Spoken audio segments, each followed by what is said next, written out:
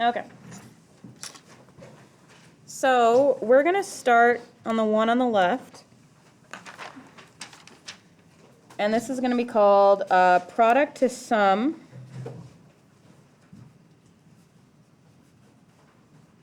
identities.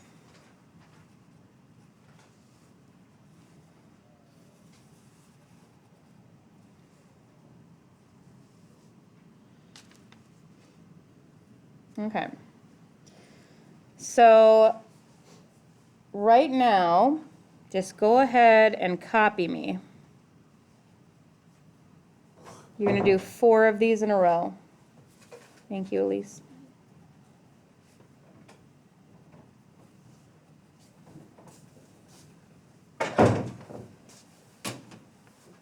Thank you.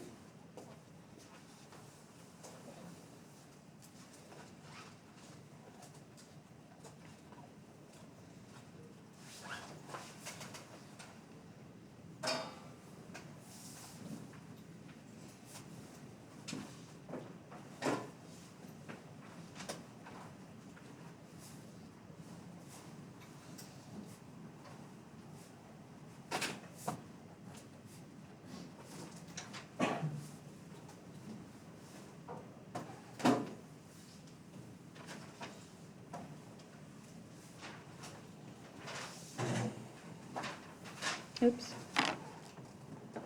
Wait on that one.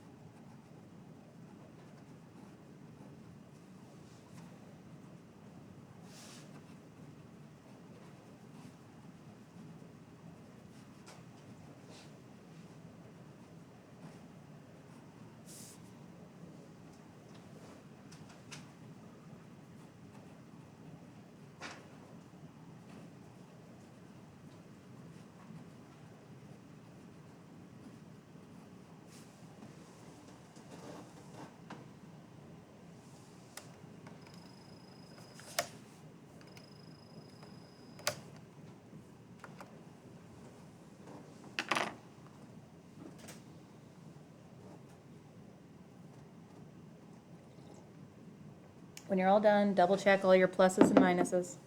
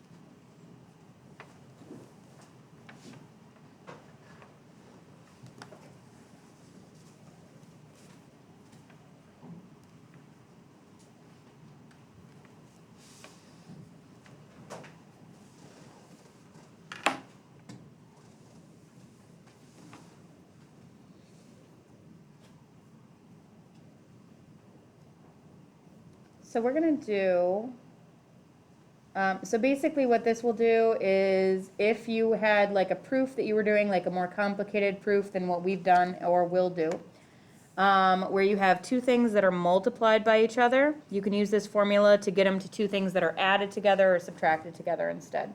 So it's basically we're going from 2 things that are multiplied, a product, to 2 things that are added, a sum. And then the other ones will be vice versa, 2 things that are added to a product. Which is something that you'd be able to use in more complex proofs. We're going to do these very minimally, use them very minimally in this class, as in some very simple examples that you guys will definitely be able to get right, okay? And then if you go into anything in math in college, or have to take any more advanced classes. Raise your hand if you are planning on going to anything in the math or science field in college. That includes healthcare and medicine. Okay, then you'll probably be taking these classes, and then you'll be using these a lot. Okay, so mostly the reason why I'm including them and barely giving you an assignment on them is so that they're on your unit circle for when you take it to college. Okay? All right, so we're going to use these product to sum identities now. So I'm going to write down, this is my notes. And this is 7.4, day 2. We're only going to do 2 quick examples. This is product to sum and sum to product. Today is the 4th.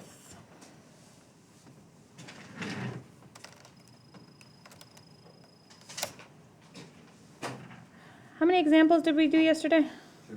2. So this is example 3. And we are going to do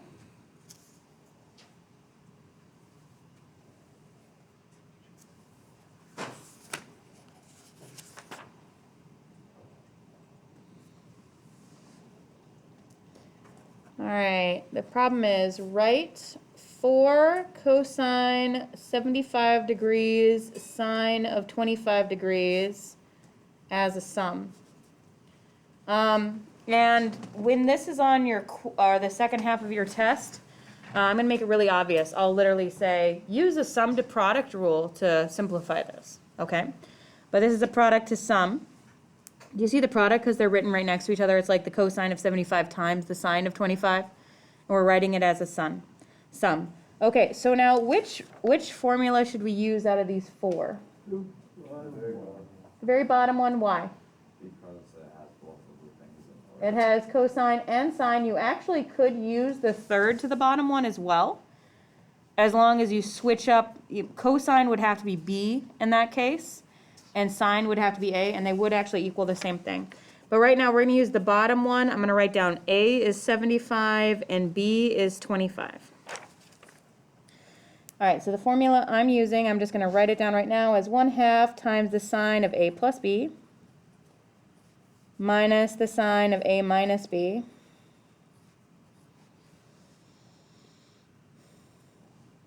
Okay, now here's going to be the rule on your homework and in this class.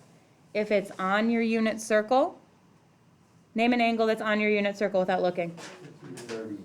30 degrees. 60, 90, 180, 270, you should know these, right? I mean, like, probably know them, and easily you can flip over the paper and look and see one.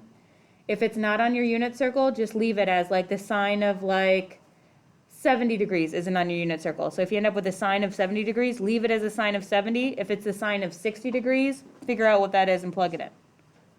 That work? Okay, so this is 1/2 times the sine of A plus B, which is 75, plus 25, which is what? 100. Is 100 degrees on your unit circle? No. So we're going to leave it like that. Minus the sine of 75 minus 25. 50 is 50 degrees on your unit circle. No, so we're going to leave it like this.